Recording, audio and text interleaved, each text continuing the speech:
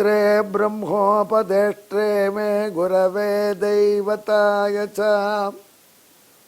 प्राप्याय प्रापकायास्तु नमः श्रीनिधये नमः।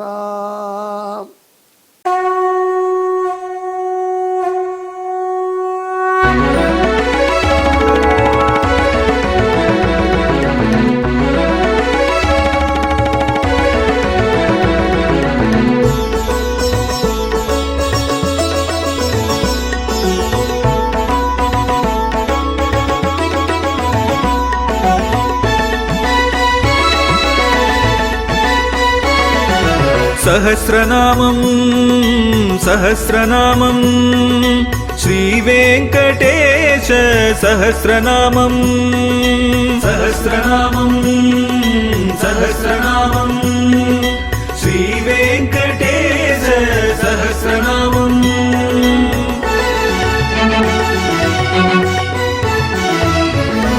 உலகில் கலிவினை தோஷம் அகற்றும் நாமம் சஹஸ்ரநாமம். உயர்வுகளை வாழ்வில் அளிக்கும் நாமம் சஹஸ்ரநாமம். திருமலையில் தினம் அர்ச்சனை நடைபெறும் நாமம் சஹஸ்ரநாமம். திருவேங்கடனின் தரிசனம் காட்டும் நாமம் சஹஸ்ரநாமம். सहस्रनामं सहस्रनामं श्रीवेङ्कटेश सहस्रनामं सहस्रनामं सहस्रनामं श्रीवेङ्कटेश सहस्रनामं। அன்பர்களே, திருவேங்கடமுடையான் நாள்தோறும் கேட்கக்கூடிய அவருடைய சகஸ்ரநாமம் வேறு எந்த திவ்ய தேசத்திலேயும் இல்லாத ஒரு அற்புதமான நிகழ்ச்சி. அவனுக்கு என்று ஒரு தனி சகஸ்ரநாமம். மற்ற ஊரெல்லாம் விஷ்ணு சகஸ்ரநாமம் தான் ஜனரலாக சொல்லுவாங்க. அந்த சகஸ்ரநாமத்துக்கு அர்ச்சனை, அந்த அர்ச்சனை திருவேங்கடமுடையானுக்கு நாள்தோறும் தவறாமல் உண்டு. அதுதான் அவன் ஐஸ்வர்யத்திலே கொழிக்கிறான். அப்பேற்பட்ட திருவேங்கடமுடையானுடைய 157வது திருநாமம்.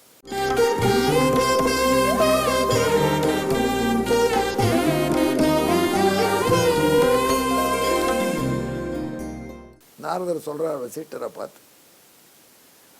நாரத வாமனமூர்த்தி அங்கேருந்து மகாபலியுடைய யஜ்யசாலைக்கு வரைச்சு எப்படி வந்தான் தெரியுமா? கொஞ்சம் வேதம் சொல்லுவான், உடனே நிறுத்தி விட்டு மறுபடியும் சொல்லுவான், பதம் பதமாக பிரித்து. அப்படி வேதத்தை பயில்பவர்களுக்கு வழக்கம். வேதத்தை முழுக்க சொல்லிடுவாங்க. அப்புறம் அந்த வேதத்தில் உள்ள ஒவ்வொரு சொல்லையும் தனியாக பிரித்து அத்தியனம் பண்ணுவாங்க. ஏன்னா எப்படி சொல் அமைஞ்சிருக்குங்கிறது ரொம்ப அற்புதமான ஒரு முறை இருக்குது. தமிழ், சம்ஸ்கிருதம் இந்த போன்ற பண்டைய மொழிகளில் ஒரு சொல்லும் இன்னொரு சொல்லும் சேரும் பொழுது வேறொரு வடிவம் வந்துடும். இங்கிலீஷில் அப்படிலாம் சேராது. இங்கிலீஷில் வேர்டு அப்படி தான், ஹெட்டு மாஸ்டர் தான், ஹெட்டு ப்ளஸ் மாஸ்டருக்கு தான் வராது. ஆனால் தமிழாக இருந்தால் தலைமை ஆசிரியர் சேர்த்தா தலைமை ஆசிரியர் அப்படின்னு ஒரு யானாவும். ஆனால் போய் யானா வடிவத்தில் வந்து அகர முதல வெழுத்தெல்லாம்னு எழுதுவான். அகர முதல ப்ளஸ் எழுத்தெல்லாம் அப்படிங்கிறது அகர முதல வெழுத்தெல்லாம்னு தமிழில் வந்து. எழுத்தெல்லாம்ங்கிறது ஏ போய் வே வந்துடும்.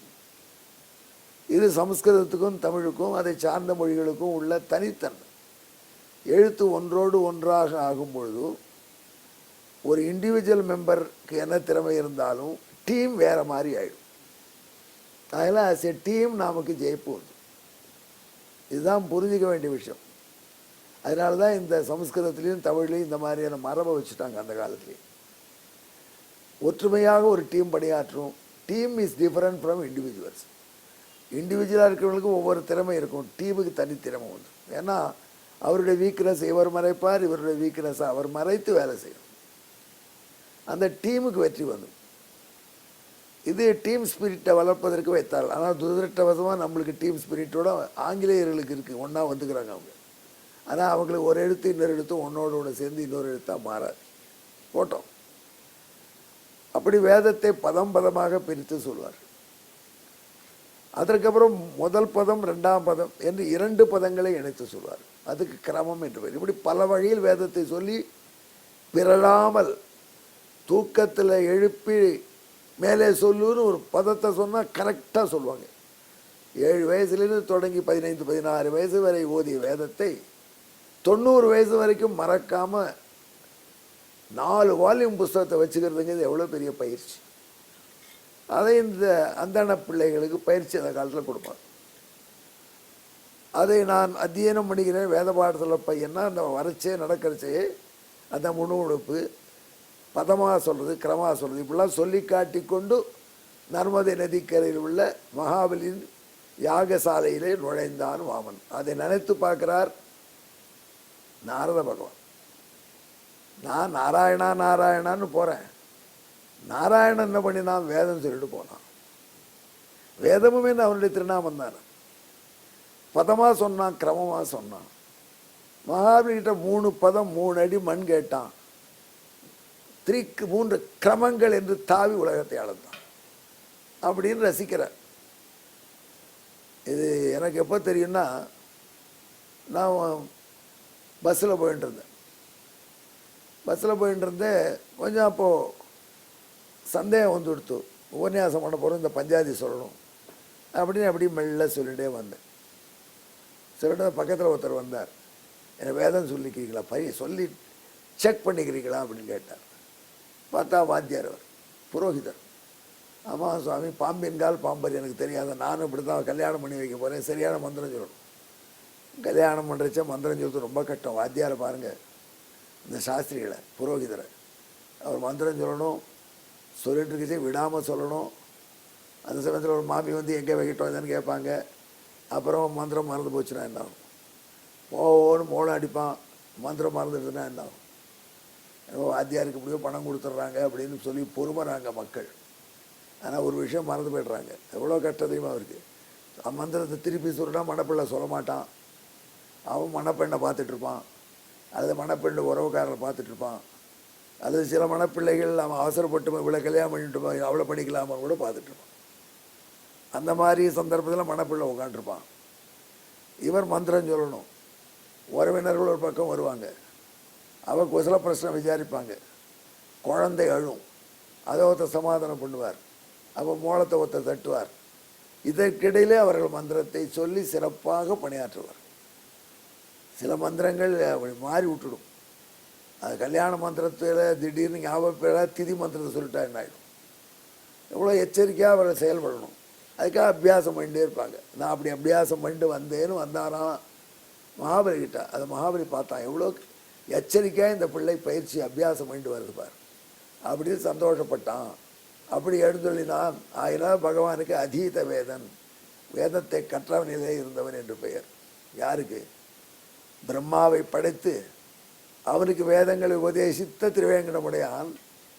அவன் வாமனனாக வந்த பொழுது நான் வேதத்தை கற்றேன் என்று சர்டிஃபிகேட் வாங்கிட்டு வரா மாதிரி வந்தான் பார் அப்படின்னு வசிஷ்டருக்கு சொல்கிறார் நாரதர். ஆக 187வது நாமா இந்த அடிப்படையில் அதீத வேதன் என்று திருவேங்கடமுடையானுக்கு பெயராக அமைகிறது. இதை நான் விளக்கினேனே, இது வாய்ப்பாடு சொல்கிறேன் கேட்டு.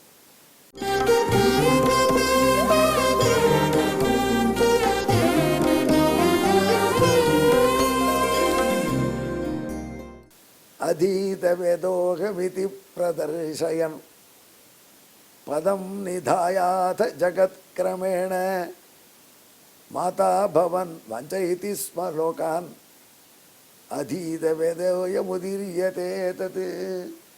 உலக அளந்தவனாக மாறினான். மாதான்னா சான்ஸ்கிரிட்டில் அளந்தவன் ஒரு பொருள். மாதா என்றால் தாய் என்று ஒரு பொருள். உலகத்துக்கெல்லாம் மாதாவாக தாயாக இருந்த பகவான் எப்பொழுது உலகத்தை எல்லாம் அளப்பவனாக மாதாவாக மாறினான். 3 கிரமத்தினாலே திரிவிக்கிரமனாக செய்தான். பதம் பதமாக சொல்லி செய்தான். வேதாத்தியனம் பண்ணினவன் போல நன்கு இருந்தான். மகாபலி ரசித்தான். வசிஷ்டா நீ எப்படி ரசிக்கிறேன்னு கேட்டார். வசிஷ்டர் சொன்னார், சுவாமி எப்பேற்பட்ட ஏமாற்று வேலை பண்ணியிருக்கான் திருவேங்கடமுடையான். வேதங்கள்லாம் அவன் கொடுத்தது. அந்த வேதத்தை நான் இப்போ தான் கற்றுக்கிறேங்கிற மாதிரி நடிச்சிருக்கானே, அது பெரிய காரியம். முடியுமா? நம்ம ஒரு விஷயம் சுமாராக தெரிஞ்சலாம், நம்ம முன்னாடி ஒருத்தர் தப்பாக சொன்னார்னா பொறுக்காது நமக்கு. நிறைய பேர் சொல்லுவாங்க, அப்படி நாங்களே கேட்டுட்ருக்கோம். அந்த சமயத்திலே அடக்கத்தோடும் பொறுமையோடு இருப்பதற்கு தான் ரொம்ப அறிவு வேணும். நமக்கு தெரிந்த விஷயத்தையே நியாயத்தையே அநியாயமாக ஒருத்தர் சொல்லும் பொழுது ரத்தம் கொதிக்கும், ஆத்திரம் வரும். அப்போ பேலன்ஸ் போகாமல் இருக்கணும்னா அப்போ தான் நல்ல அறிவாளியாக இருப்போம். ரொம்ப சில பேருக்கு தான் இந்த திறமை உண்டு. ஆனால் இங்கே கொடுமையை பாரு, வேதம் முழுக்க சொல்லி கொடுத்தோம், இப்போ தான் நான் வேதம் படிக்கிறேன்னு வந்தான் அப்படின்னு வசிட்டர் மல்கிறார், கண்ணீர் மல்கி கேட்கிறார். அப்படிப்பட்ட திருநாமம். இந்த திருநாமத்தை ஜெபித்தீர்களானால் நமக்கும் வேதாத்தியனம் நன்கு வரும். நன்கு வேதத்தை நாம் ஓத வேண்டாம். வயசு கடந்து போச்சு, இனிமேல் நமக்கு வாய்ப்பு இல்லை, நம்ம சந்ததிகளாவது அனுபவிக்க வேண்டும், அந்த பேற்றை விட்டுவிடக்கூடாதுன்னு நினைப்பவர்கள் சொல்ல வேண்டிய திருநாமம். எங்கே என்னுடன் கலந்து ஜெபியுங்கள்.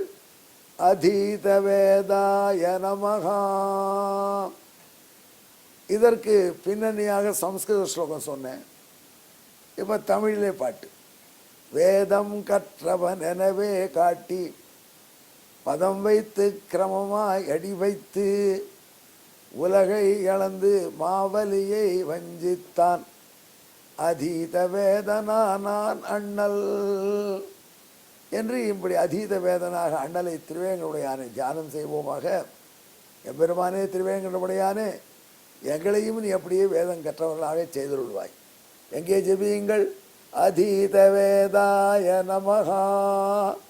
நமோ வெங்கடேசாய.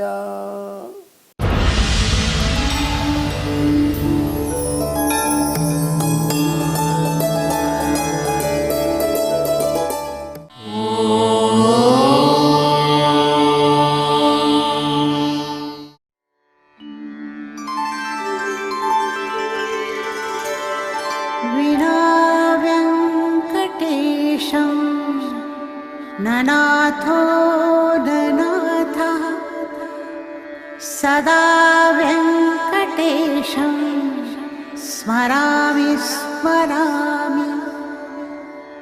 हरे वेङ्कटेश प्रसीद प्रसीद. प्रियं वेङ्कटेश प्रयच्छ प्रयच्छ.